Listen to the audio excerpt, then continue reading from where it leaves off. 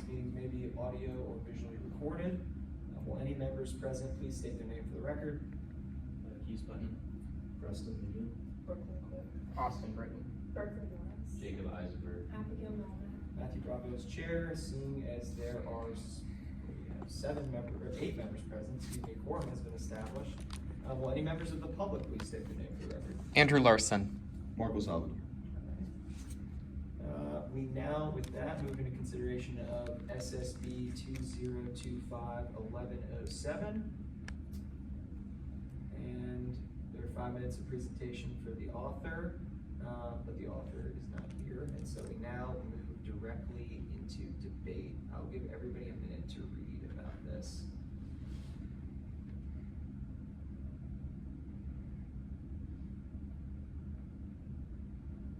Also, who would like to do timer? We already have Preston doing the minutes. So yeah, for those of y'all who haven't seen the meeting yet, she just will be the one to time 5 minutes and then the 2 minutes for final presentation.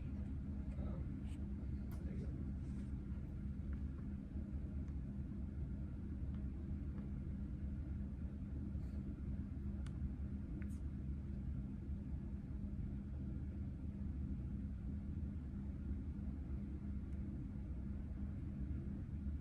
This is also the debate period, so if you have anything to say, please feel free. I was gonna give people a minute. I read through this and I had like one small concern, which is most of it makes sense and I agree with it. My only concern is if there's someone who requires an accommodation midway through a term. So if someone broke their leg and couldn't stand up or whatever, the limitation that they have to inform the president for 2 weeks of their first term, they wouldn't be able to meet that threshold if they had an emergency where they couldn't stand in the middle of a session. I do think though, I think medical emergencies don't qualify for that. Yeah, so it's just, if it doesn't qualify, then we're fine. That's the only thing I could think of where it would be a slight issue. Okay. That was the only thing I could think of. The only reason I say that is because I feel like that's also a part of like UF rules as well. Like if you break down or something, you don't have to get like this actual like disabilities permit through like the DRC to use accommodations.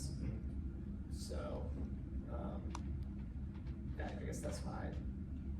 Yeah, if that's the understanding, I think that's fine. Yeah, I just wanted to make sure that that was covered. And the wording for first legislative term works for people who were brought in via summer replacements and stuff, because that would be the start of their term. So Right. I think that works out. Sweet. Yeah, I think this is an amazing bill.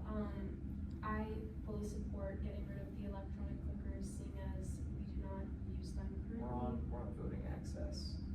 Sure, voting accessibility. Yeah, and it gets rid of the done by electronic clicker. Oh yeah, that part too. But Yeah, and then adding in the part about physical disabilities, I think it increases awareness and helps set it be more accessible to people with disabilities. All right. Any further? Also, any committee members who just walked in, please state your name for the record. Yoel Katz. Thank you. Okay. Any further debate? All right. Hearing none, we now move into motions at this time. I move to pass SSB 2025-1107 by unanimous. There's been a motion made to pass SSB 2025-1107 by unanimous consent. Are there any objections? Hearing none, the motion passes. All right, we now move into consideration of SSB 1108, or SSB 2025-1108. I'm the author. I have 5 minutes of presentation. Okay, so basically, we do this at the start, typically of every summer A session. We did it at the start of last summer A session. We did it on the summer A session before. Because of what the Constitution states, that in that first whereas clause there, you can see if a date of a general election or runoff election conflicts with a religious or school holiday, we have to, by resolution, designate a different day for the election. We've had to do this the past couple of elections. This time, it's in relation to what would be the second election date for that week, October 1st. And October 1st is Yom Kippur, so I have a little tiny description in the whereas clause of what Yom Kippur is, and then just saying that we'll hold it literally a day earlier. So, yeah, that's about it. I yield the rest of my time. 5 minutes of question and answer begins now. Are there any questions? Okay, all right, we now move into debate. Is there any debate? All right, we now move into motions. Do I hear any motions at this time? Move to pass SSB 2025-1108 by unanimous consent. There's been a motion made to pass SSB 2025-1108 by unanimous consent. Are there any objections? Hearing none, the motion passes. We now move into hearing SSB 2025-1109. There are 5 minutes of presentation. Not the author. Basically, the exact same thing for the spring elections. This one is a little different though because this is affecting the runoff days. So if a candidate in student body presidential, vice presidential, and treasurer elections doesn't get more than 50% of the vote, we move to a runoff. We have 2 runoff days. And in fact, one of these runoff days marks 2 different holidays. I have them listed in the whereas clauses below.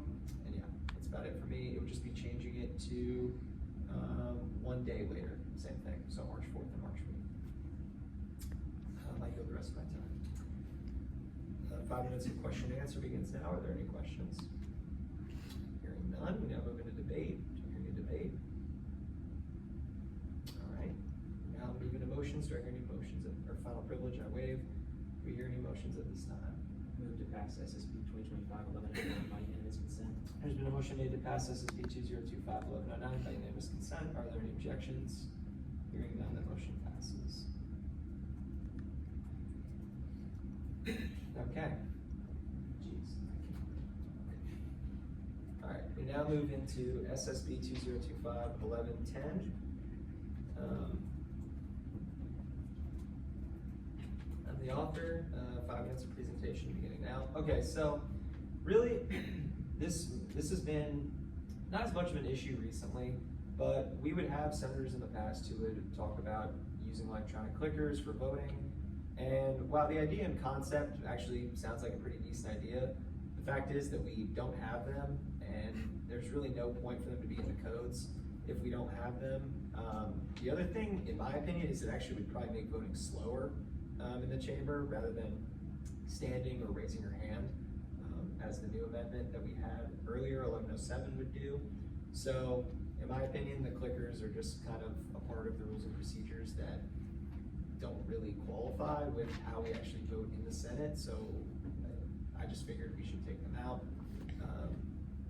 That's kind of just my general gist of it, so I'll wait the rest of my time. We now have 5 minutes of question and answer. Have they ever been used, electronic No. clickers? No, yeah, they've never been used. We've never even had them, so. So we don't own clickers? No. Okay. No. How long have these been in the code? It's been in the codes for like 2 years, I think. Okay. So yeah, it's not really. Any further questions? All right, hearing none, we now move into debate. I think this bill's a good idea, especially if we don't even have access to clickers, there's really no point for them to be in codes. And the thing is, if, you know, they want to revisit this debate at some point later down the road, like in future legislative cycles, for sure, but there's really no point in having this giant procedure if there's, if they're not there, so. Even if we had the clickers, I'm reading through this and some of the infrastructure we'd have to develop to make these usable, like having the votes projected on the screen at all times would be impossible. If someone leaves, they have to check in their clicker with the secretaries, like that would just create a whole bunch of processes that we don't have developed right now. So That was another part, I'm glad you brought that up, because we constantly see senators moving in and out of the chamber through, whether it be resigning or, you know, whatever it might be, losing their legislative election, retiring, and I feel like we would lose a lot of clickers pretty quickly. Could just be burning our own assets. Right. And I don't know, I just feel like it moves a lot faster by us just standing and raising our hands, so, for the sake of efficiency anyway. Yeah, and then I think the only concern was the accessibility, which we answered with the first bill too, Right. so. So, we have it. Any more debate? All right, we now move into final privilege, I waive. We now move into motions, do I hear any motions at this time? I move to pass SSB 2025-1110. By By unanimous consent.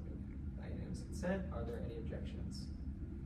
Hearing none, the motion passes. All right, we now move into SSB 2025-1111. Yeah, so, the exact same thing, just deletes another section of the codes that talks about it. I wait the rest of my time.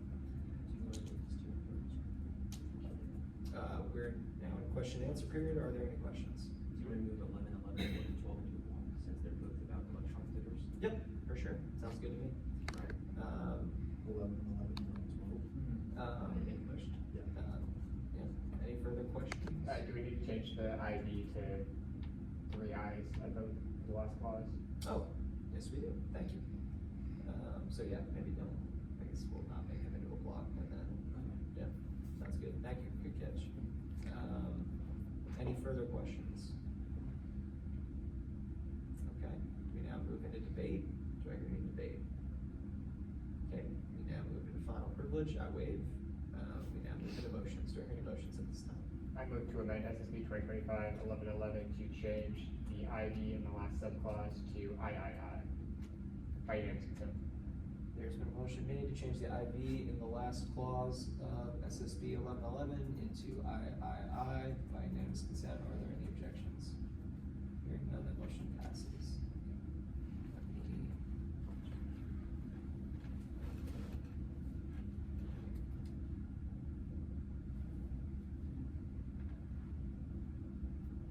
Can you just clarify the change for the minutes? Sure.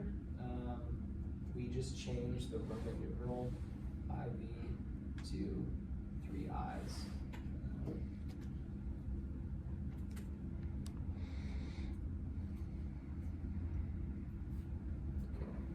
Can everybody see that reflected on the bill now? Should have ended it.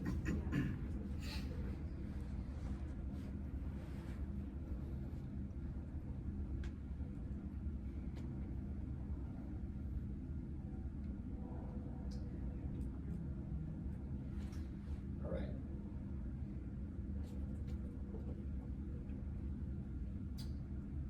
Okay, do I hear any further motions at this time?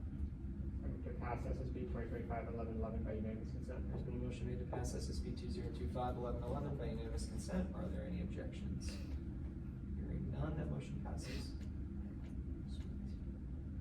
Okay, we now move into consideration of SSB 2025-1112. And yeah, 5 minutes presentation, same thing, I waive. We now move into question and answer. Do you have any questions? In the attendance, it's like on 2 separate lines, is that supposed to be, Where at? under? Oh yeah, that was just kind of how the copy and pasting of it went. Yeah, it won't affect anything in the actual codes. The only time like something like that really would is, let's say, like if I copied the actual midsection of the bill, like the roll call part, and it was all out of whack and put into the middle or juxtaposed onto the right side, then it would be, but for this top part, it's just kind of how it copy and pastes. Good catch though. Do I hear any further questions? Okay, we now move into 5 minutes of debate. During the debate. All right, we now move into final privilege. I waive. We now move into motions. Do I hear any motions at this time? Move to pass SSB 2025-1112 by unanimous consent. Okay. There's been a motion made to pass SSB 2025-1112 by unanimous consent. Are there any objections? Hearing none, the motion passes. All right. We now move into hearing SSB 2025-1113. I'll give you a second to catch up on the minutes, Preston.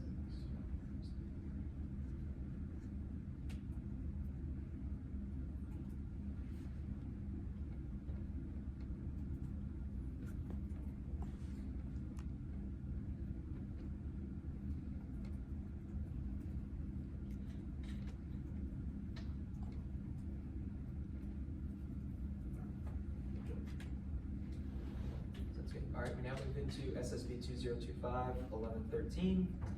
Minutes of presentation beginning now. Okay, so we've created, the Senate has created previous resolutions of the importance of free expression and civil discourse in the past. This will be one for 2025. Just some things that we talked about here. The Board of Governors Civil Discourse Initiative, in 2021 that they established. Just some comments from some members of the Boards of Governors. They issued their Civil Discourse Report, just talking about freedom and civility, the importance of free expression, free communication at the school. And yeah, that's about it for me. The Senate has, I believe, made these the past 2 years, and then the Faculty Senate has also made these the past 2 years. They have not made theirs for this year yet, which is why I have the 2024 one from the Faculty Senate and the bill. So, that's all for me. I yield the rest of my time. Any questions, or do I hear any questions and question and answer?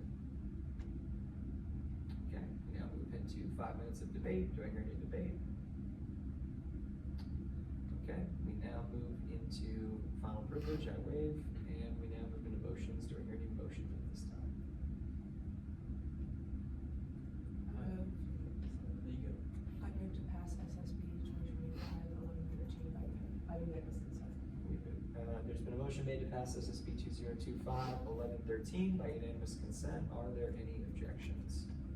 Hearing none, the motion passes.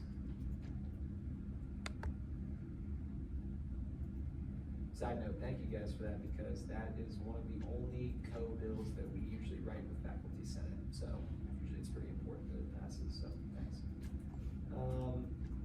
All right, we now move into SSB 2025-1114.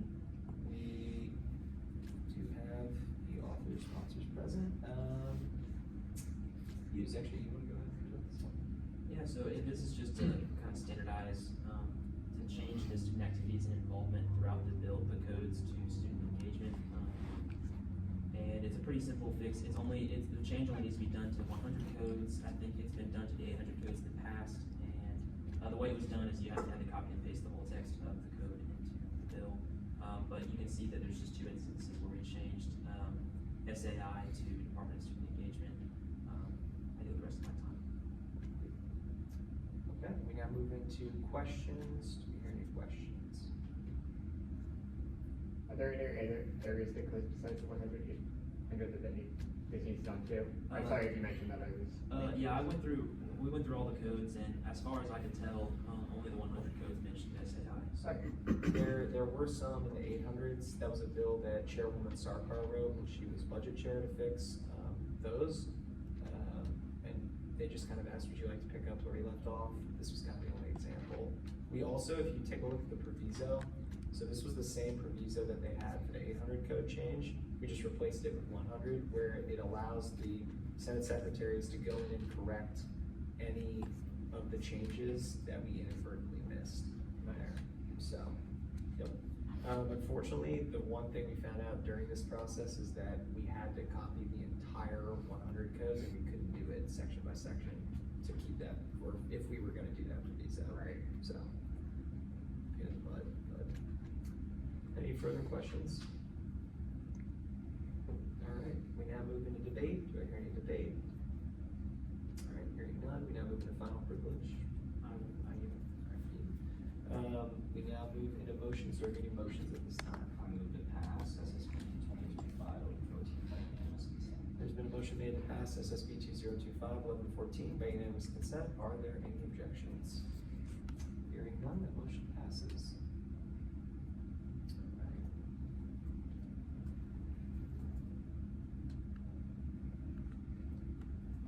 So, I'll give you a minute to get coming up with these.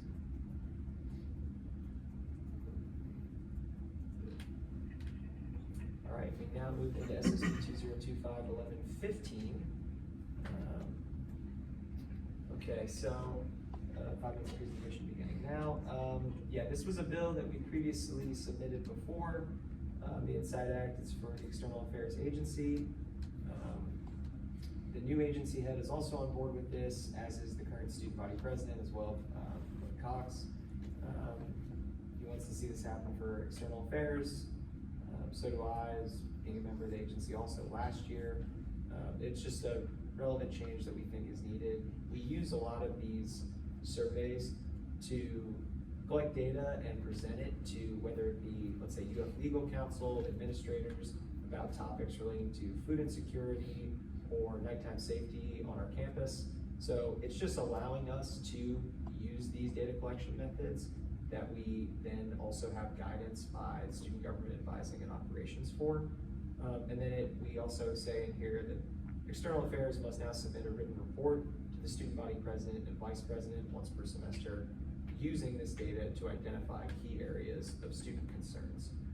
This is also data that we can use when we lobby officials in DC as part of the external affairs and student government lobbying trip up there. So just really feel like it's an important part of what external does and can help us in our functions as an agency. Yeah, I yield the rest of my time. All right, do I hear any questions?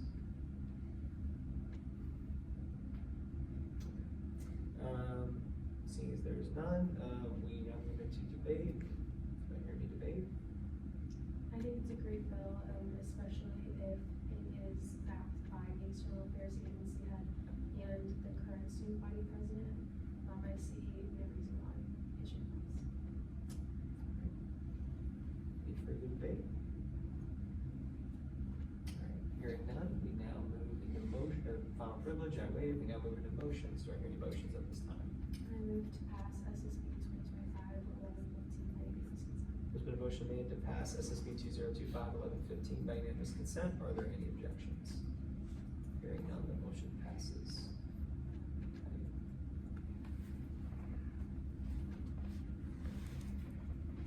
All right, we now move into SSB 2025-1116.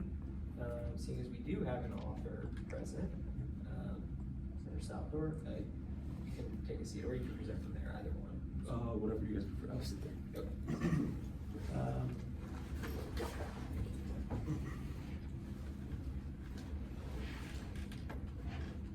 All right, and your 5 minutes of presentation begins now.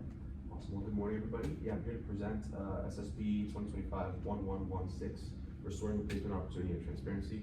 So this is a rules and procedures revision that I wrote with Majority Party Leader Khan, essentially eliminating the emergency center replacement procedure. It's in our opinion that this procedure hasn't been used as it was intended to do so when it was originally proposed. As the nomenclature suggests, vacancy replacement seats or emergency replacement seats should be done with the intention if a senator is either facing a life-threatening issue or a health-threatening issue, and they simply cannot serve by their own means, and they appoint a replacement. That's what it was meant for, and unfortunately, that's not really how it's been used. And also another note, which I think is equally as important, is that it really just narrows down the pool of applicants that can apply to Senate seats. So it really limits the general student body from coming in, applying to a Senate seat, interviewing through RNA, and having an equal opportunity to earn their seat. By just appointing a replacement, it really narrows down the pool. You can almost guarantee that through an application process and through an RNA interview, you can find better candidates that are suited for the role, that have the ideas and the perspective and the experience to serve in the student body setting. So, quite frankly, we just don't believe that the code as it is in place right now is reflective of what the best can be in serving the chamber, and that's why we're eliminating it, or we really would like to see it eliminated from the codes. So I give the rest of my time. Okay. We now move into 5 minutes of question and answer. Do I hear any questions? A similar bill to this was attempted, I don't remember if it was last fall or last spring, and it failed in the Senate, right? Yeah, I believe so. I'm actually refreshing myself on that. So what is the thought process behind doing this now over summer versus waiting until the fall to accomplish this? That for just saying that a lot of people are temporary for the summer, and this affects people who are in their permanent seats. So I would want their opinions to be fully heard out as it comes to this bill. Sure. Well, there really is no explanation as to why during this term rather than in fall. Majority Party Leader and I were looking at the codes, and we're pretty consistently looking at what we can improve upon. I am aware that this failed, and I wasn't serving in Senate when it failed the first time, but I do believe it's a fair bill. I mean, I personally got into Senate as a replacement seat through this emergency replacement code, but I also firmly believe that if I interviewed through RNA and applied as any regular person in the student body would do, I could have earned my seat that way, and if I didn't, then I didn't. There would have been a better applicant that would have earned it. I just really trust RNA as an entity, and even so as a filtration system, if you will, to really gauge what the student body needs, right, and measure the ideas that the student body has to offer, especially the candidates who are applying for these seats. We should be holding them to the highest standard. So, yeah, majority party requirement, I just believe that it's at any time is a good time to pass a bill like this, because all it does is ensure that we have the best of the best in change. I will say as a clarification point, I do know that the last time this was brought up was over the summer. It was the past summer. I was trying to remember that. Yeah, it all kind of blends together, but yeah. Do you have any similar concerns with this provision we're trying to eliminate and the summer replacement? Because in some ways they're very different, but in some ways they're very similar, where a senator can choose someone to replace them for part of their term in the Senate. Well, this is honestly, we're looking at an emergency replacement seat because we think that the nomenclature itself isn't being used the way it should be used. So, when you are appointed as an emergency replacement, it should be because of, as I mentioned earlier in my presentation, because the sitting senator is facing an issue that's simply insurmountable in the moment that they're serving, and they cannot serve anymore. So we believe in this sense, that nomenclature and the way that it's written in the codes is not reflective of how it's actually being used in practice. So that's honestly the reason why we're looking at this code in particular. How do you think that this will affect transparency and the quality of senators that enter the Senate? Frankly, in the best way possible. As I mentioned before, I earned my seat through this process, but I also firmly believe that I should have earned it in a way that was more fair. I want to see competition when it comes to the Senate. I want to see people from the outside with different perspectives and ideas coming to the Senate, interviewing through RNA and applying, and for RNA to pick the best of the best. And quite frankly, I believe that the best of the best have no affiliation. They're supposed to be picked off of merit. So I do think all this does is help transparency. This could be any person from any corner of the university could apply to a Senate seat and be judged on their characteristics as the best candidate for it and earn it. So, yeah, of course. I have another question, just clarity. So this is the same procedure by which summer replacements are paid? It is a similar procedure, but I'm gonna ask the chairman to correct me on that. Is it pretty much the same procedure? I'm pretty sure. Summer replacements do interview through RNA, as well. yeah, it's a similar procedure. But the difference being with summer replacements is you are allowed to choose a summer replacement. Yeah. Yes. You are allowed to choose them, but still you have to interview and clarify through the Senate. Yeah, also clarify, emergency replacement, you still have to present in Senate. Yes. Once appointed. But even so, the presentation would be fantastic. I'm sure we've done, I think, great quality senators through this code as well. But as good as they are, I think you probably could have earned it through a different means, right? Through the means of actually applying and then getting approved by RNA and so on and so forth. So, yeah, that answers your question. I actually have a question. If you could just talk a little bit about the proviso section of your bill, just for the senators here who, might be hearing about either the replacement process for the first time, and just what that means to senators who were appointed through this process to begin with. Yeah, essentially, yes. If you were appointed through this process before this bill was passed, essentially you still remain in your seat until the conclusion of the legislative term, which is quoting another rule also stated in post previously. So this is going to start being in place after the legislative term is completed for senators that are sitting right now. Okay. We now move into 5 minutes of debate, beginning now. I'd like to finish that conversation we just had. So I was looking through that rule, and the term legislative term I couldn't find specifically. We normally use elective term or legislative session, so I'm not sure what the author's intent between those two were. I'm sorry we couldn't get right to that point before we finish questions, but that's what I'm not sure what we're intending for there. Maybe it's written somewhere else and I didn't see it for legislative term, but that's just, I'm not sure if you are aware of that or not. People I know have talked about legislative term, and on that topic, like I see in here, it talks about replacement senator's term, but legislative session is probably the better wording we could use for that. Right, and so the legislative session would be the end of summer A. There's different legislative sessions. I mean, yeah, we have. But it would be the end of summer A or B or Yeah, Yeah, I believe, I mean, he can speak on this in final privilege, but I think that's his intent. I'm not gonna put words into his mouth, but that's just my interpretation of it. In the original document as well, it refers to legislative session as a period ending at the conclusion of a semester. Yeah, and that's what I was trying to, connect, cause in the proviso it says legislative term. So I was thinking, is it elected term or legislative session? Yep. Right, because we're reading around the term, so any clarification would be fantastic during final privilege. I think this is a great bill. I think it's definitely gonna increase some of the public trust and the security that we all have in who's coming in and taking these seats and knowing that they're going in and interviewing and presenting ideas. I think it's really great. And I think it's a good opportunity to kind of open up Senate, to more people because you open the application process up, because you have people who can come in and apply and interview based on their merits. I think it's a good opportunity, and it does a lot of, opening up Senate to more people and getting those, increasing opportunities for people to get engaged and making sure that we're representing the people the best. And Also, getting, and getting the most qualified candidates as well. I definitely agree. I just wanna add that I know a common concern would be, like, obviously there's a number of permanent open seats that people are applying to, but I do think that, like, the recent committee process and replacement process, having the amount of applicants that it had is just evidence that this needs to happen and that this, needs to be opened up, because there's a lot of people who are interested in joining Senate, so I think it's a step in the right direction. Yeah, building up to that, I just feel like the competition holistically improves the quality of senator, and that's really what we're striving for, like all of you said. I'm gonna kind of disagree with what as you've been talking here. I think obviously I agree with the intent that the way this has been used has not been matching, I think, what it was originally written for, which is a modification of a previous version.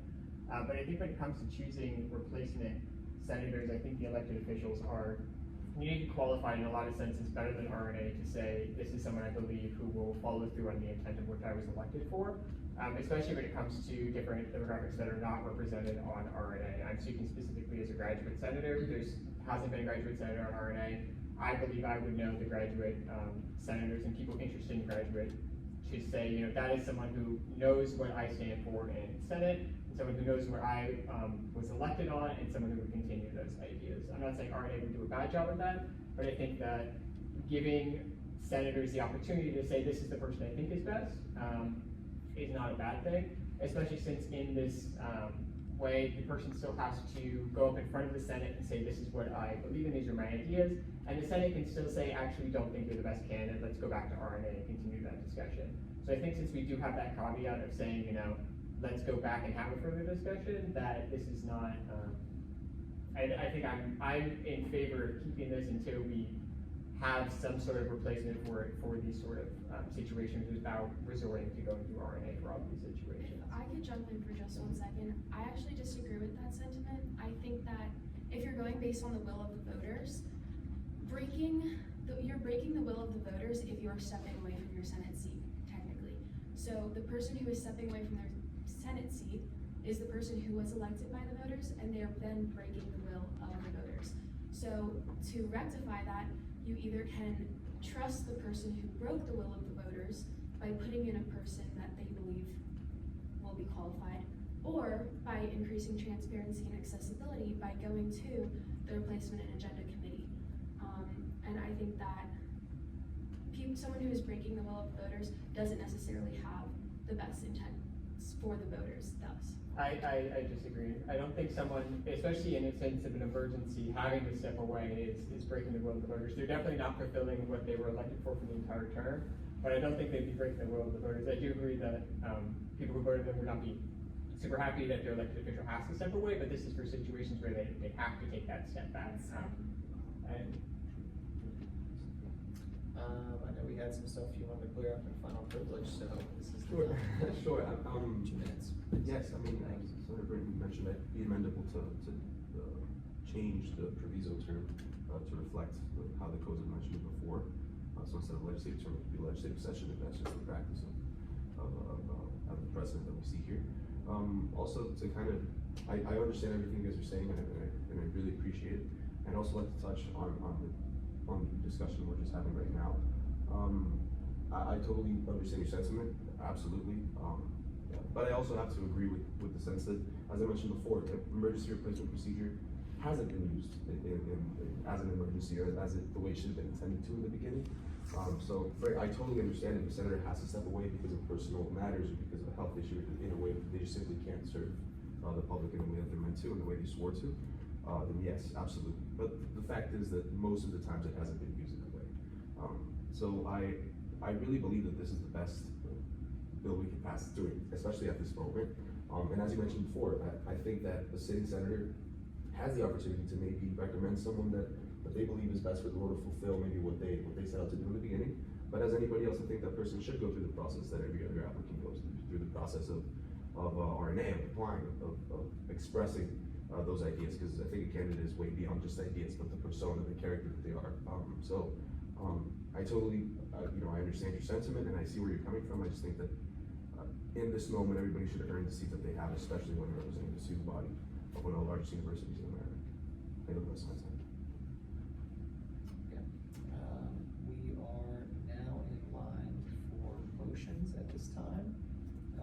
Do I hear a motion to amend SSB 2025 1116 to change the term, or the word term in proviso to session by unanimous consent? So do I hear any objections to that motion? All right, hearing none, the motion passes. All right. Move to pass SSB 2025-1116 by unanimous consent. There's been a motion made to pass SSB 2025-1116 by unanimous consent. Are there any objections? I object. All right. I move to pass SSB 2025-1116 by non-unanimous consent. There's been a motion made to pass SSB 2025-1116, not by unanimous consent. All right, so I'll break down the voting procedure because it's the first time a lot of y'all taking a vote.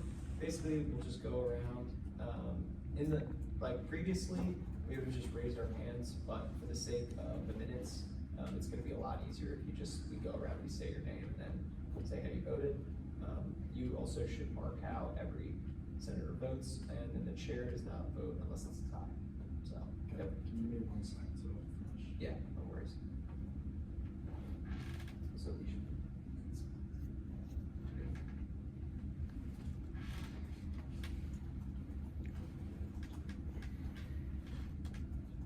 Also, can everybody see the word session reflected on the bill, as amended? It should be fixed. We'll see about it.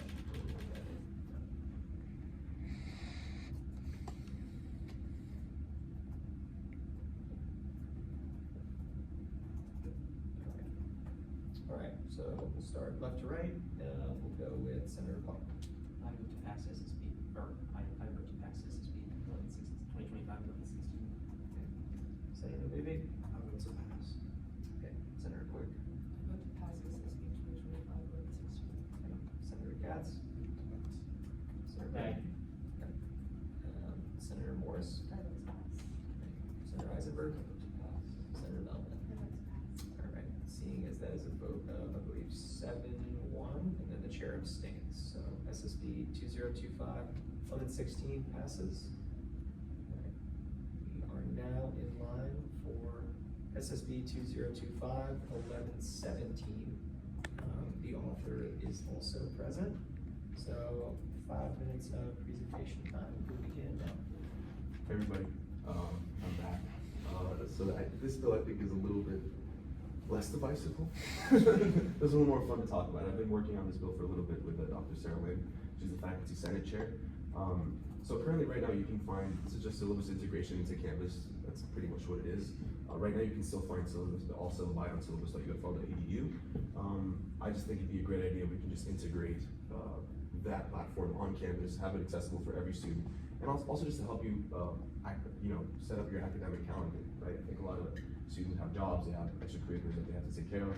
If you have this available from the very beginning, some professors I know are known to release the syllabus the very same day of the first day of classes, and sometimes it just isn't beneficial or helpful for most students. So this would essentially just centralize in a database on Canvas, all syllabi available, and also make it accessible for students. It'll have screen reader compatibility, which most syllabi already have, but it will ensure that all of them have it on the Canvas platform. So I think this is a no-brainer, just to have it available for all students on campus, centralizes it, makes it accessible for all students. Any of my time. All right, we now move into questions. Do I hear any questions? I had a question about the Proviso. Sure. The University of Florida Information Technology, is that a department, like, that you're sending it to, or is there a specific person? It's a department, they have like a department email. So Okay. send something, so, yeah. I had a clarification question. As far as I can tell, this means that there's just gonna be like one document with every class syllabus that UF offers just available on campus.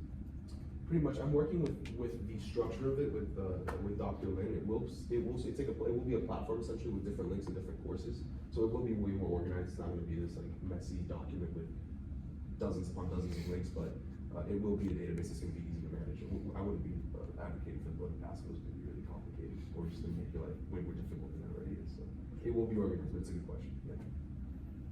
Will this be SOBI for upcoming terms, or will they use, a lot of SOBI are made for us, especially for like graduate students, for like the first time they're teaching a course. So would they, if they're teaching a course that's already been taught before, would be like, oh, here's the spring syllabus, but there might be some changes going in the fall? Correct. Okay. That's what we're looking at. Exactly. All right, do I hear any further questions? All right, seeing none, we now move into debate. Do I hear any debate? I'm thinking from a graduate assistant perspective on this. I think this is something where grad assistants are not getting a ton of time to make syllabi before, which is why a lot of times they come out last minute. They're being told they're teaching a class the week before they're teaching it. They have to learn the material and teach the syllabi. I think having prior syllabi is going to be, and I think it's really big, not only for students, but for graduate assistants to be like, here's what the past syllabi look like, here's what they did, and being able to apply it themselves. I think that would help everyone across the board, not only people taking the course. So I think this is a fantastic thing to get up and running. I really applaud the initiative here. And I think it also helps a lot with like the actual class selection process. If you can look at the syllabus for a class you're gonna take before you even register for it, you get an idea of kind of what you're getting into. You can do a better job of understanding the workload you're gonna get yourself into and kind of what you need to do to prepare over the summer or in coming into that semester with big classes. I will also take note of things like, having the faculty senate chair, Dr. Sarah Lynn, who you've talked to a lot about this in there. That's great because that's one of the things that we've strived as a Judiciary Committee over the past semester to ensure that people in Proviso you're actually reaching out to so you can accomplish something like this. And so this just makes it a much more feasible idea. So yeah, great bill. I don't know if now's the perfect time to mention it, but like in terms of format, I think that there should be in the Proviso, this bill shall be submitted to before faculty senate chair. Also, yeah, on the SPAN, or I'm talking about formatting, how's the spacing for everybody? Because I looked at this bill once on my phone, and the spacing looked fine, and I have it on my computer, and it looks like it needs this. Okay, alright, so yours looks normal, mine just looks weird. Okay, well, if it's normal on everybody else's, then I'm just gonna chalk it up to my computer. I will also note, usually in the provisos, we also add, this shall be submitted to before the names, so we'll do that, in motions as well. Any further debate on the bill? Alright, final privilege, I apologize for the Yeah, provisos. no problem. I should know how to do this by now. I've done this a couple times to know that should go there, so apologize for that. And again, just thank you all for your thoughts. And I think it's great that we have a graduate senator on this committee precisely because that's a perspective that I'd love to hear, that I'm helping. But this bill would not only help students, plan academically, but also graduate students when they're very last minute told to teach a course. So I totally understand the perspective, and that's wonderful to know. So that's it. we now move into motions at this time. I move to amend the SSB 2025-1117 by adding this bill shall be submitted to before faculty senate chair in the Proviso by unanimous consent. There's been a motion made to add a line of text to the proviso that says this shall be submitted to before the names in the proviso by unanimous consent. Are there any objections? Hearing none, the motion passes. Okay. Do I hear any further motions at this time? I move to pass SSB 2025-1117 by unanimous consent. There's been a motion made to pass SSB 2025-1117 by unanimous consent. Are there any objections? Hearing none, the motion passes. All right, we're now in line for SSB 2025-1118. Seeing as the auditor is present, 5 minutes whenever you're ready. Hey everybody, this is the last one for today, thankfully. But yes, this is also another no-brainer bill that, that I've been working on for a little bit. I'm currently also a treasurer for a student organization. And thankfully, we do have a transition period where, if you're aware, maybe if you participate in a student organization yourself, previous e-board or directors kind of help the incoming e-board to understand and streamline the process of kind of taking over the role, understanding what your role entails, so on and so forth. But it really is to be, you know, based on whatever that e-board wants to do. Not every e-board does it, most e-boards do, especially for long-established organizations. But all this would do is kind of make it an established program, right? So the Student Organization Mentorship and Leadership Empowerment Act. I know the Student Body Treasurer Monty right now is working on having a more personal training with new student organization officials. Right now they still have to go through a My Training module, make sure that they're aware of student government codes, financial literacy stuff, event planning stuff, policy compliance, etc. But they really have no opportunity to ask questions or kind of be inquisitive on how these matters continue. I know the treasurer has made a commitment to sitting down with these officers, maybe holding Zoom calls or Zoom meetings with them so that they can express their questions and their concerns.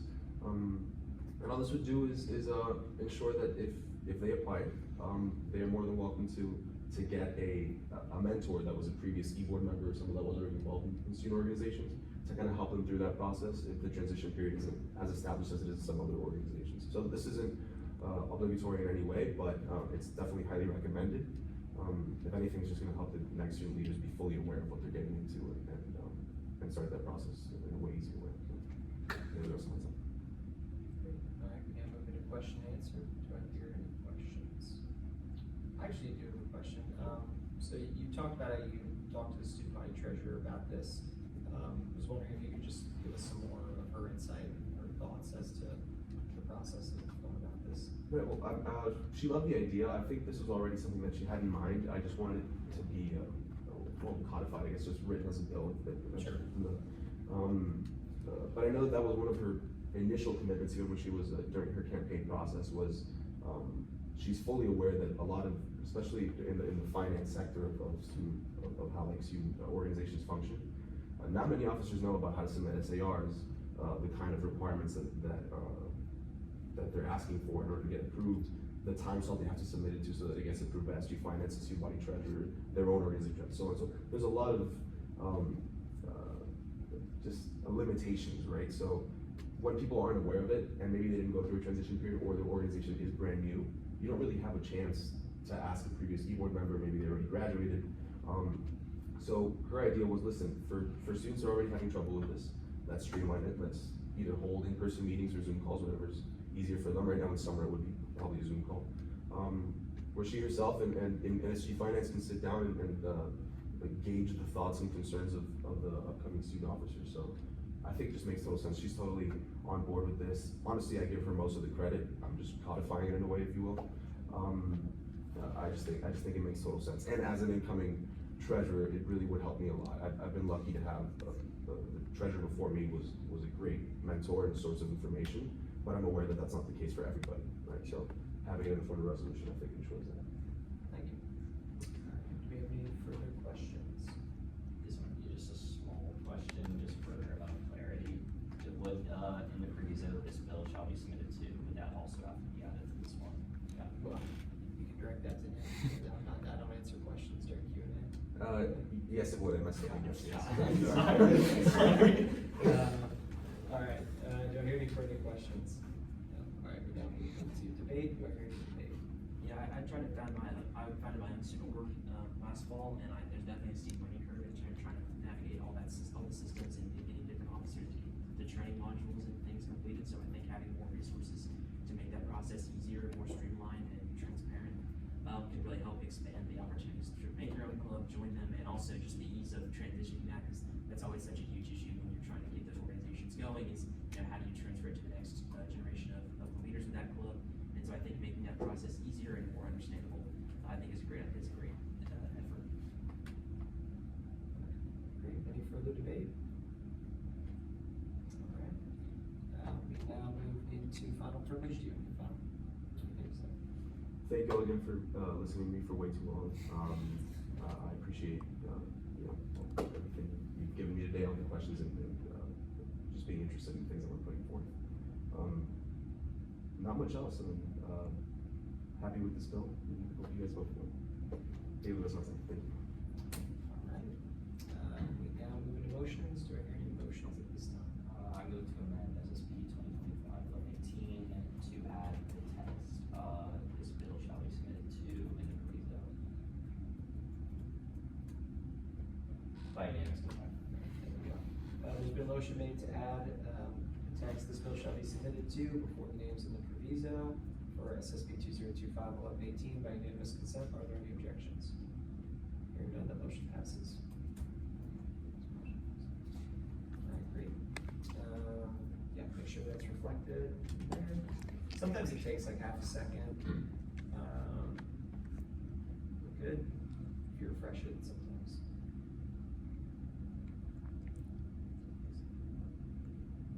There it goes. I move to pass SSB 2025-1118 by unanimous consent. There's been a motion made to pass SSB 2025-1118 by unanimous consent. Are there any objections? All right, hearing none, the motion passes. All right, thank you, Senator Larson. Here. Yes, I do. Hey, everybody. Focus on all the chair time. We now move into hearing. Sorry.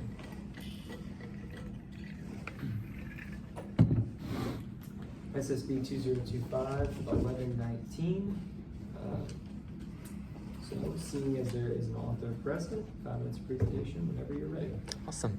Hi, everybody. So the resolution, I feel like, speaks for itself for the most part. It is recognizing and celebrating Pride Month, since this upcoming meeting is our first Senate meeting in June. Pride Month, so recognizing that. Similar resolutions have been passed in years past during the month of June, but this one talks about some current events in student government, current events in the United States, so it's important to revisit the conversation and have it here. There are a few changes that Senate President Seifert and myself discussed, some wording tweaks. I'm happy to get into that now or during final privilege. Sure, I'll go ahead with that now. Just shifting the language to be more accurate to the historical times, then also more targeted and specific for today. So shifting the wording of queer liberation, which we see throughout the bill, into LGBTQ+ equality. And that is just a consistent change throughout the bill. So it could be as a motion of just replace all mentions of queer liberation into LGBTQ+ equality. And then I also have two sponsors to add and then one person to add to the proviso based on conversations I've had. I'll also go ahead and share those now. Adding only to the sponsors line will be Senator Brooke Clayton. Hold on, sorry. I have to pull it up on a Word document. Oh, yes. I can't technically add it. You're good. I reached out to them.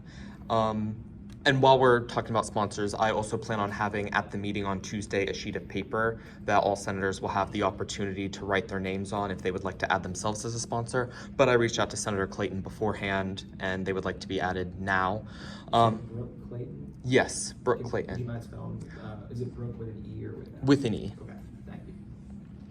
All right. And then also adding both to the sponsor line and the proviso, Executive Vice Chair of Horizons, Tulista Belsky. Tulista spelled T-U-L-I-S-T-A, Belsky, B-E-L-S-K-Y. Could you spell the first one? Yes, Again, sorry. T-U-L-I-S-T-A. Tulista-Belski. Y. Y, sorry. And Yes. they're the Executive Vice Chair of Horizons. That is correct. Yep. Thank you. And she would like to be added both to the sponsor line and the proviso as a vice chair of Roots. But other than that, if you have any questions, I mean, we'll move into question and answer, but I yield the rest of my presentation time. Sounds good. All right. We now move to question and answer at this time. Do I hear any questions? I have two questions. Yes. It's more just stuff about the language. Do you have a specific whereas clause here where it says Pride Month served to celebrate queer identities, LGBTQ plus historical figures, and progress made towards queer liberation? The way that I understand the clarification that you made about language is that you want it to be LGBTQ equality. So I also wanted to ask whether every clause that mentions queer identities, whether those terms, or which one you would prefer to use, just to have like consistency throughout the document, if that makes sense. Yes. I feel that the line, other than that specific instance, the reason it's changed, President Cipher and I agreed on that change, is because historically the queer liberation, that term has not seen as much use. In the modern era, that term does see more use, and therefore I think it's appropriate in other instances of the bill, but specifically talking about the historical context, it makes more sense to use the language LGBTQ plus identities. That makes sense. And then I also had a question about the second from the first, therefore clause. It specifically says LGBTQ plus students and the right to self-expression and liberation. How would you modify that therefore clause? I would not modify that particular therefore clause. All right, do we hear any further questions? The term lavender scare is like a period of time and obviously a very important thing. Would you want to see that capitalized in that clause to point out that it is like an event, not just saying, just to make it more clear there? Yes, I Okay. would be amenable to that. Thank you. Do we hear any further questions? All right, 5 minutes of debate beginning now. Is there any debate? All right, now back to final privilege. Thank you for the questions and the suggestions, and sorry that I'm giving you all a little bit of work now in terms of making these edits through motions. But yeah, thank you all. All right, we now move into motions. Do I hear any motions at this time? Okay, I move to amend SSB 2025-1119 by changing the language in the second whereas clause from national attention to the queer liberation movement to national attention to LGBTQ plus equality movement. By unanimous consent. There's been a motion made to change the wording in the second whereas clause by unanimous consent. Are there any objections? Can you clarify the change? Sure. From queer liberation movement to LGBTQ plus equality movement. All right. By unanimous consent, are there any objections? All right, hearing none, the motion passes. Okay, I move to amend SSB 2025-1119 by changing the language in the whereas clause that starts by Pride Month serves by changing queer liberation to LGBTQ plus equality by unanimous consent. There's been a motion made to change the same wording in the sixth whereas clause to reflect the change made in the prior motion by unanimous consent. Are there any objections? Hearing none, the motion passes. And then finally, I move to amend SSB 2025-1119 by changing the language in the second from the first therefore clause, changing their rights to self-expression and liberation to their rights to self-expression and equality by unanimous consent. There's been a motion made to change the wording in the second therefore clause, and by unanimous consent. Are there any objections? Hearing none, the motion passes. I move to amend SSB 2025-1119 by adding that aforementioned people to the sponsors and for these alliance. Oh, thank you. Yes. Okay, to add, could you here?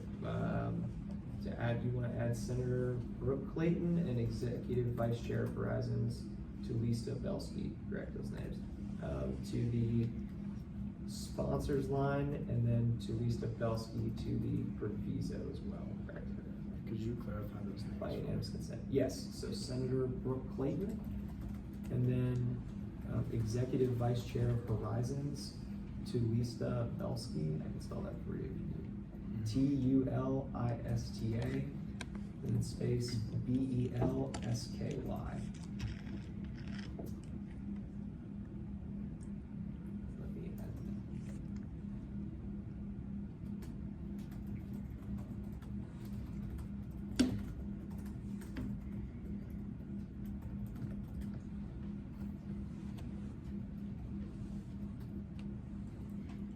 that's being added to the proviso? To the sponsors line, and then also we're going to add, to Lisa Belsky's name to the proviso as well. Senator Larson, that's okay.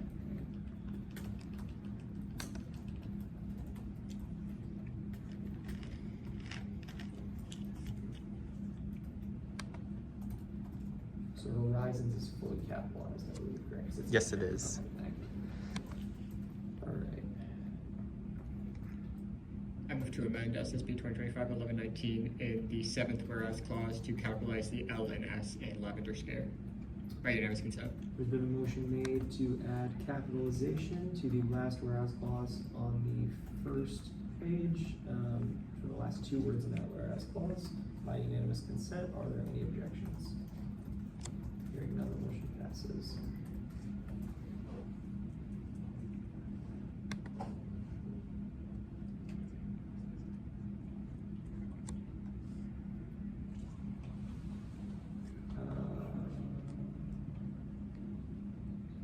Okay, now refresh, since we've gone through a lot of changes, just make sure that the bill is updated.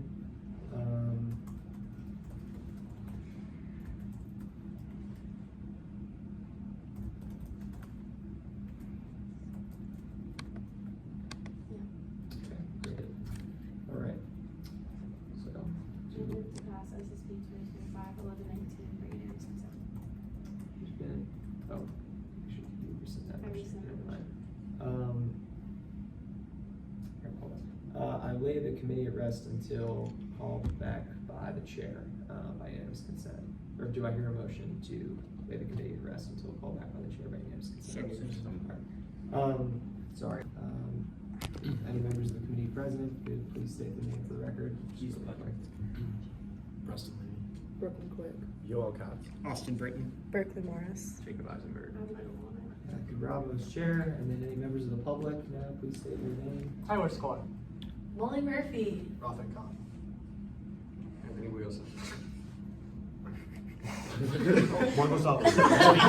And Andrew Larson.